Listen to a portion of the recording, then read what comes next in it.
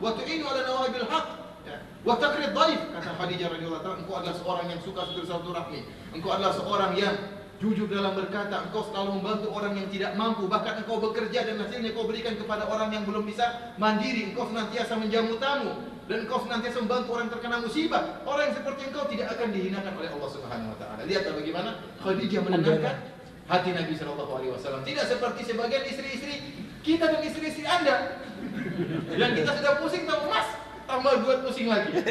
Benar atau tidak? Sebagian istri seperti itu, entah istri kedua, istri ketiga, atau istri pertama, sama jadi masalah. Kita sudah memikul beban, ternyata dipikulkan lagi oleh istri kita. Banyak tuntutan, banyak bukannya menenangkan, sehingga terkadang orang berpikir untuk berdakwah jadi repot. Kenapa? Dihalang-halangi oleh istrinya. Terlalu banyak kebutuhan, terlalu banyak kemauan. Berbeda dengan Khadijah. Khadijah radhiyallahu taala anha membela Nabi sallallahu alaihi wasallam, ikut memikul beban yang dipikul oleh Nabi sallallahu alaihi wasallam, menginfakkan segala hartanya demi Islam. Dialah Khadijah radhiyallahu taala anha. Bagaimana Nabi sallallahu alaihi wasallam tidak cinta kepada Khadijah? Oleh karenanya dalam Sahih Al-Bukhari datang malaikat Jibril bertemu dengan Khadijah radhiyallahu taala anha. Kemudian malaikat Jibril berkata bertemu dengan Nabi sallallahu alaihi wasallam. Tatkala itu Nabi di rumah Khadijah dan Khadijah lagi datang dari luar mau masuk rumah. Kata Jibril alaihissalam, ya Rasulullah, hadi Khadijah, ya, qad atat, ya, sungguh Rasulullah SAW, ini Khadijah sedang datang menuju engkau, ya. Ma'aha ina'un fihi idamun aw syarabun aw ta'amun. Kata Jibril, Khadijah sekarang sedang membawa suatu tempayan yang berisi, ya, ada apa namanya, idam, tahu idam ya, itu daging, ada buahnya, atau kalau makanan tahu semua, ada minuman, kemudian ada makanan, ya. Kemudian jika kata Jibril alaihissalam, jika ia datang kepada engkau, faqra alaiha salam min rabbiha wa minni. Jika Khadijah sudah datang menemui engkau wahai Muhammad, maka sampaikanlah kepadanya salam dari Allah Subhanahu wa taala. Dan juga salam dari siapa? Malaikat Jibril. Wa basyirha, dan beri kabar gembira kepada dia. Bi baitin fil jannah min qasabin la sakhadu fihi wala nasab. Kata Jibril alaihissalam, dan kabarkanlah kepada Khadijah bahwasanya Allah telah menyiapkan bagi dia rumah, yaitu istana. Kata para ulama ditakbirkan dengan rumah, kenapa? Karena rumah Islam yang pertama kali di atas muka bumi ini adalah rumahnya Khadijah radhiyallahu anha. Dia telah bangun rumah, dan itu rumah Islam tatkala belum ada rumah sama sekali yang beriman kepada Allah, belum ada orang yang beriman. Jadi Allah menyebutkan rumah maksudnya istana, qasr maksudnya. Yang rumah tersebut terbuat dari qasr. Qasr itu adalah lu'lu', apa namanya? Mutiara yang mujawwad, yang dibentuk oleh Allah Subhanahu wa taala menjadi rumah. Bagaimana hakikatnya kita tidak tahu. Kemudian kata Jibril alaihissalam, la sakhabu fihi wala nasab, yang dia tidak akan mendengar suara hiruk pikuk dalam rumah tersebut, tidak ada teriakan-teriakan dan tidak ada keletihan. Kata para ulama, tatkala Rasulullah SAW menawarkan Islam kepada Khadijah, langsung Khadijah menerima tanpa ada penolakan sama sekali. Sehingga Rasulullah tidak perlu mengangkat suaranya. Wahai manusia beriman, tidak perlu. Langsung taatlah istrinya kepada Nabi SAW.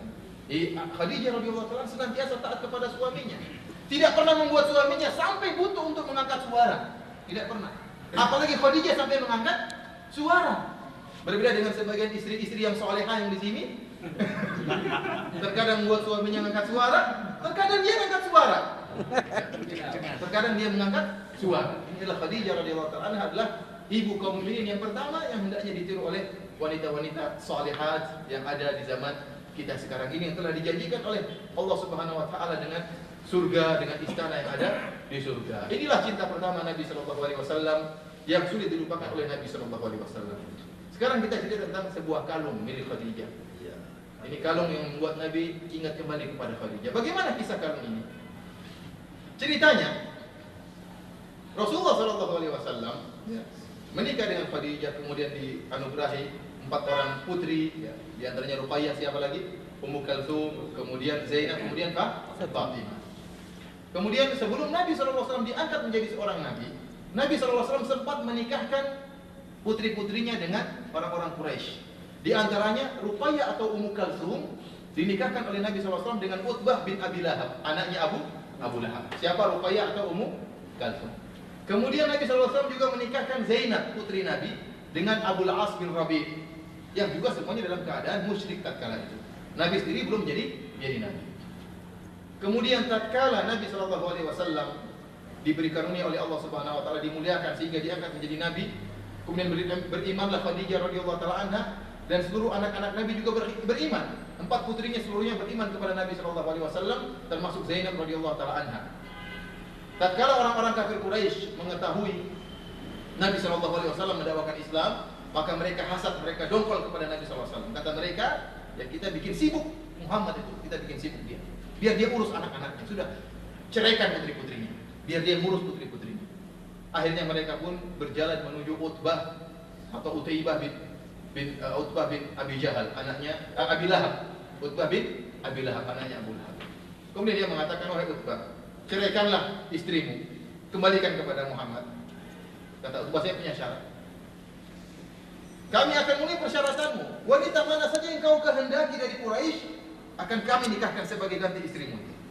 Akhirnya dia mengatakan, kalau gitu saya ingin nikah dengan putrinya si Fulan. Siap nggak? Siap. Ya udah, akhirnya dia ceraikan siapa?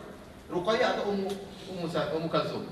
Ummu Kalsum diceraikan oleh Utbah bin Abi Lahab. Dan alhamdulillah belum sempat terjadi dukhul, belum sempat terjadi malam pengantin. Baru akad nikah, belum apa? Tinggal barang.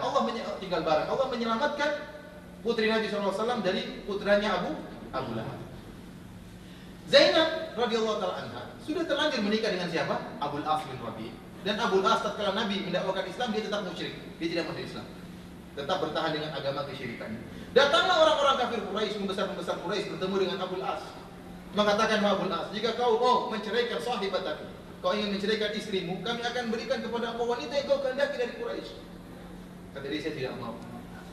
Kamu kasih saya perempuan mana saja, tidak pantas untuk menggantikan istriku yang sekarang ini. Siapa? Zainab. Zainab putri Nabi SAW. Siapa Abul As? Abul As ini keponakannya Khadijah. Khadijah punya saudari perempuan namanya Halah bin Khuwailid. Khadijah namanya siapa? Khadijah bintu Khuwailid.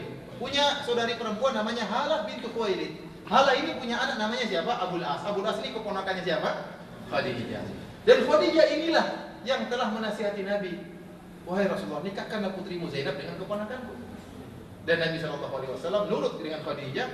Akhirnya menikahlah Zainab dengan keponakan Khadijah. Tatkala Zainab malam pertama dengan Abul As, diantar oleh ibunya Khadijah. Kemudian Khadijah memberikan kalungnya. Kalung yang biasa dia pakai, dia lepas, kemudian diberikan kepada Zainab untuk berhias di hadapan siapa? Abul As, ya suaminya. Ala kulli hal, setelah Zainab masuk Islam, ya, ternyata tidak bisa berpisah dengan Abul As. Tatkala itu belum turun syariat harus pisah, ya, harus pisah antara seorang wanita muslimah dengan lelaki yang kafir, sehingga mereka masih terus tinggal bersama. Rasulullah tidak mampu untuk memisahkan antara Zainab dengan Abul As. Sampai akhirnya Nabi SAW berhijrah ke kota Madinah. Zainab masih bersama suaminya dalam keadaan musyrik. Setelah Rasulullah SAW berhijrah ke Madinah, kemudian terjadi perang Badar. Kita tahu perang Badar kisahnya panjang. Intinya pasukan perang dari Mekah datang ke Badar untuk berperang melawan Nabi SAW. Di antara pasukan perang orang Quraisy adalah Abul As. Suaminya Zainab ikut dalam perang, ya, mantunya Nabi SAW ikut dalam perang Badar.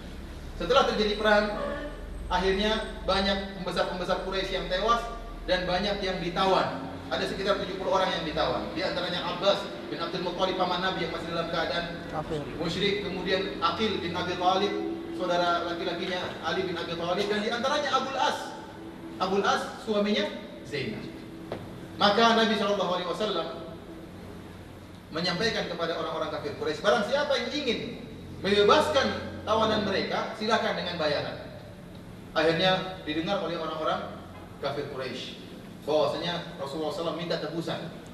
Akhirnya di antara mereka ada yang menebus, ya, tawan-tawanan tersebut saudara-saudara mereka. Seperti Al-Abbas bin Abdul Muttalib ditebus dengan 4.000 dirham. Abu Wada'ah ditebus dengan 4.000 dirham. 4.000 dirham itu berarti 400 dinar. Sekitar 400 dinar. 1 dinar itu 4/4 gram. 4/4 gram emas. Berarti kalau 400 dinar berapa gram emas? Banyak lah ya. Setengah kilo mungkin. Ada yang ditebus dengan 80 uqiyah, ada yang 100 uqiyah. 100 uqiyah itu banyak ya. 1 uqiyah 30 gram ya. 1000 uqiyah, ada yang ditebus dengan 1000 uqiyah. Ya, 1 uqiyah 1000.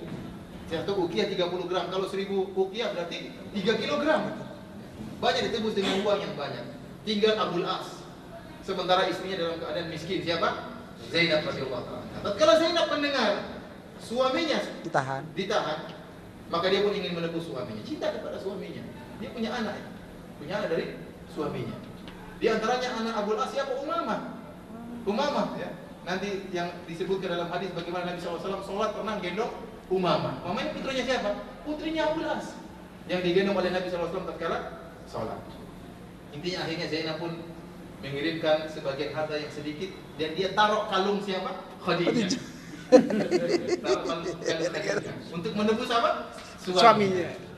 Akhirnya tatkala datang tebusan kepada Nabi SAW, Nabi pun melihat kalung tersebut.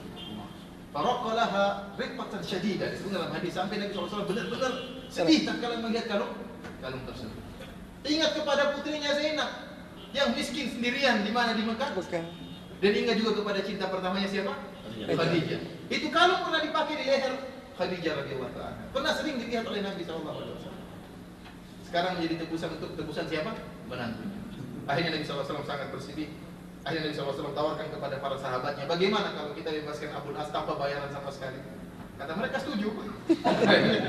Akhirnya dibebaskanlah Abul As ya, yang masih dalam keadaan musyrik gara-gara kalung yang mengingatkan kepada cinta pertama siapa? Nabi Shallallahu Alaihi Wasallam. Ala kulli hal Abul As nanti akhirnya masuk Islam juga belakangan ya, sebelum terjadi Fatu Makkah radhiyallahu taala anhum ajma'in. Demikian saja ikhwan fillah azanillahu yakum, kisah sedikit yang menceritakan tentang kisah cinta Nabi Shallallahu Alaihi Wasallam. Semoga Allah Subhanahu Wa Taala menjadikan para wanita-wanita sebagaimana ibu pertama mereka siapa? Khadijah radhiyallahu taala, terutama istri-istri kita. Semoga bisa seperti Khadijah radhiyallahu taala anha atau mirip-mirip dengan Khadijah radhiyallahu taala. Ada muskilahnya mengatakan kita tuh mirip dengan Khadijah, mirip. Cuma tinggal dibalikin aja. Jauh berbeda. Karena semoga kita dijadikan sebagai suami-suami yang saleh, sebagaimana juga istri kita sebagai istri-istri yang saleh. Demikian saja, selanjutnya saya kembalikan kepada Ustaz Fadil Syafiq Rawazim. Alhamdulillah, saudaraku sekalian, sebuah nasihat mulia baru saja kita dengarkan bersama. Dan sebenarnya kita masih menunggu kelanjutan kisah berikutnya, mungkin kalau aja. Iya. Asalnya belum datang. Belum datang ya. Kenapa? Lanjut. Tanya jawab Ustaz Birinda biar Iya. Yang mau tanya jawab mungkin yang kemarin tanya jawab masalah poligami belum tuntas.